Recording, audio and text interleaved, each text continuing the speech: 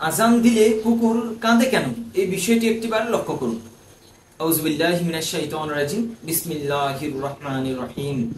আলহামদুলিল্লাহি রাব্বিল আলামিন ওয়াস সালাতু ওয়াস সালামু আলা সাইয়্যিদিল মুরসালিন ওয়া আলা আলিহি ওয়া আসহাবিহি আজমাইন। সমস্ত প্রশংসা ওই মহান রব্বুল আলামিনের দরবারে লাখো কোটি কোটি গুণ শুকরিয়া জ্ঞাপনার্থে বলছি আলহামদুলিল্লাহ।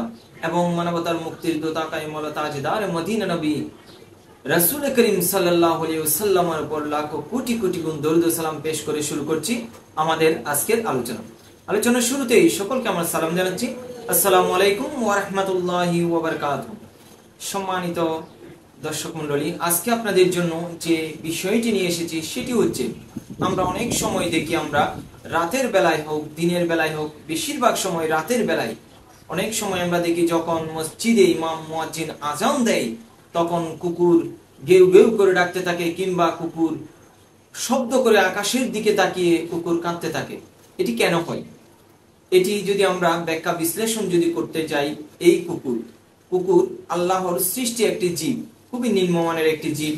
এই জীবকে আল্লাহ পাক রব্বুল আলামিন এমন কিছু জিনিস অবলোকন করার জন্য শক্তি দিয়েছেন, যে জিনিসগুলো অবলোকন করে, যে জিনিসগুলো তারা দেখে কুকুর সহ্য করতে পারে না, সহ্য করতে না পেরে তারা তখন আজানের সাথে সাথে যখন তারা এই জিনিসগুলো দৃশ্যগুলো যখন তারা দেখে তখন তারা কাঁদতে থাকে, আল্লাহর আকাশের দিকে তাকিয়ে তারা কান্না করতে থাকে কিংবা ঘেউ ঘেউ করতে থাকে।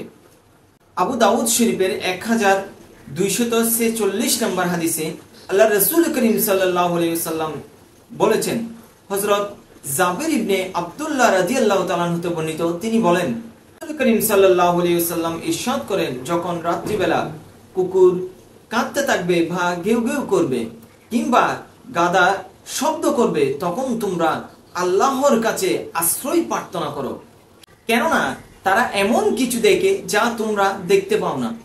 তোমরা রাতের বেলায় আল্লাহর নাম স্মরণ করে দরজা বন্ধ করো, কেননা আল্লাহর নাম নিয়ে আল্লাহর স্মরণে বন্ধকৃত দরজায় শয়তান খুলতে পারে না। তোমরা তোমাদের ঘরের কলসিগুলোর মুখ ডেকে দাও এবং চামড়ার তৈরি মশকের মুখ বন্ধ করে দাও। রাত্রিবেলায় যখন মুয়াজ্জিন আজান দেয় তখন শয়তান পালাতে থাকে। এই শয়তান পালানোর দৃশ্যগুলা এই কুকুরগুলা অবলোকন করে, যেগুলো পশু রয়েছে তারা অবলোকন করে, এবং তারা সেগুলো অবলোকন করে তারা প্রতিনিয়ত তারা ডাকতে থাকে কিংবা কাঁদতে থাকে।